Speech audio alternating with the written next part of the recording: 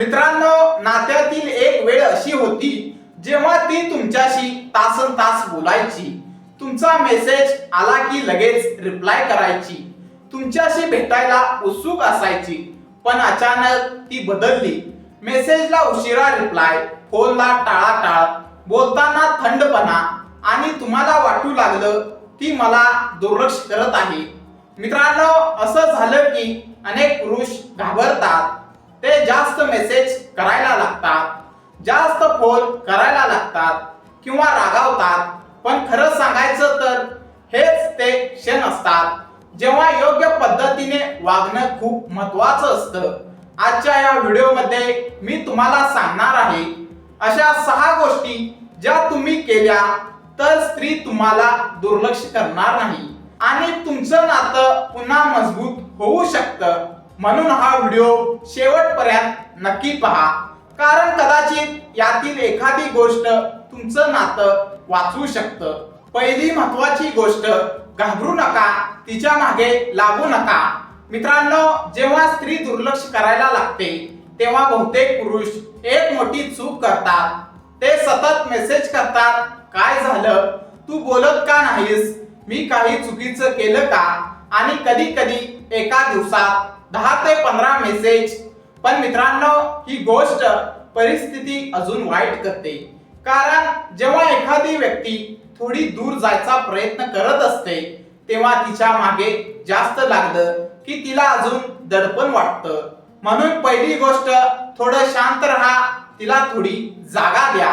कारण कधी कधी लोकांना फक्त थोडा वेळ हवा असतो. दुसरी गोष्ट, स्वतःकडे लक्ष द्या. मित्रांनो, जेव्हा नात्यात समस्या येते तेव्हा अनेक पुरुषांचं लक्ष फक्त एकाच गोष्टीवर असतं, ती का बदलली. पण एक प्रश्न स्वतःला विचारणं ही महत्वाचं आहे, मी बदललेलो आहे का. कधी कधी नात्यात आपण खूपच आरामात होतो. सुरुवातीला आपण काळजी घेतो, प्रयत्न करतो, इम्प्रेस करतो, पण वेळ गेल्यावर आपण प्रयत्न कमी करतो. म्हणून स्वतःकडे पहा. तुमचा आत्मविश्वास, तुमचं व्यक्तिमत्व, तुमचं आयुष्य. कारण जे पुरुष स्वतःवर काम करतात ते नेहमीच जास्त आकर्षक दिसतात. तिसरी गोष्ट, तिच्या भावना समजून घ्या. मित्रांनो, नात्यात कधी कधी स्त्री दुर्लक्ष करते कारण ती दुखावलेली असते. कदाचित तुम्ही न कळत तिला दुखावलं असेल, कदाचित तिच्या भावनांकडे तुमचं लक्ष गेलं नसेल. स्त्रिया अनेकदा सरळ सांगत नाहीत, पण त्यांच्या वागण्यातून ते दिसतं. म्हणून थोडं शांतपणे विचार करा, काही असं घडलं आहे का ज्यामुळे ती दुखावली असेल. जर उत्तर हो असेल तर तिच्याशी प्रामाणिकपणे बोला. कधी कधी एक साधं वाक्य, माफ कर, असं एखादं वाक्य नातं वाचवू शकतं. चौथी गोष्ट, स्वतःचं आयुष्य जगा. मित्रांनो, एक मोठी चूक अनेक पुरुष करतात, ते त्यांच्या आयुष्याचा संपूर्ण केंद्रबिंदू नात्याला बनवतात. मित्रांनो, नातं महत्वाचं आहे, पण तुमचं आयुष्य त्यापेक्षा मोठं आहे. तुमचे मित्र, तुमचं काम, तुमचे छंद, तुमची स्वप्न.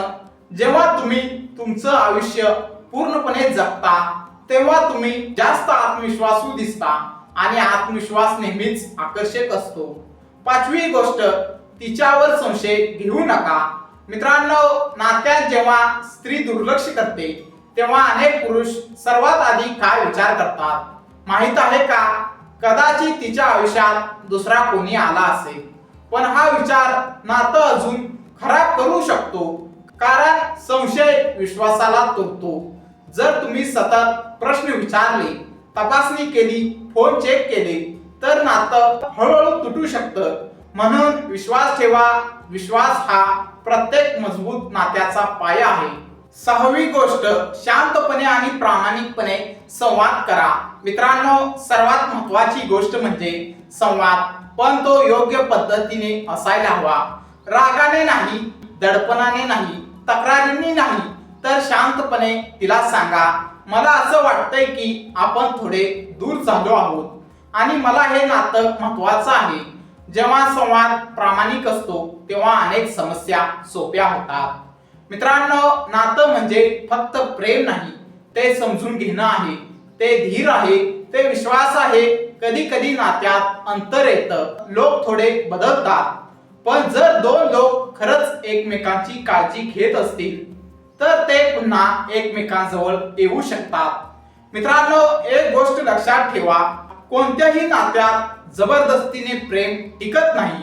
प्रेम टिकतं आदरामुळे, विश्वासामुळे आणि प्रयत्नामुळे. मित्रांनो, जर तुम्हाला असं वाटत असेल की स्त्री तुम्हाला दुर्लक्ष करते आहे तर घाबरू नका. फक्त या 6 गोष्टी लक्षात ठेवा. तिच्या मागे सतत लागू नका. स्वतःवर काम करा. तिच्या भावना समजून घ्या. स्वतःचं आयुष्य जगा. संशय करू नका. शांतपणे संवाद करा. या गोष्टी तुमचं नातं वाचवू शकतात. मित्रांनो, जर तुम्हाला हा व्हिडिओ आवडला असेल तर लाईक करा. कमेंट मध्ये नक्की सांगा तुमच्या मते स्त्री दुर्लक्ष का करते. आणि अशाच नातेसंबंधावरील मानसशास्त्रीय व्हिडिओसाठी आताच चॅनेलला सबस्क्राईब करा. पुन्हा भेटूया पुढच्या व्हिडिओमध्ये. धन्यवाद.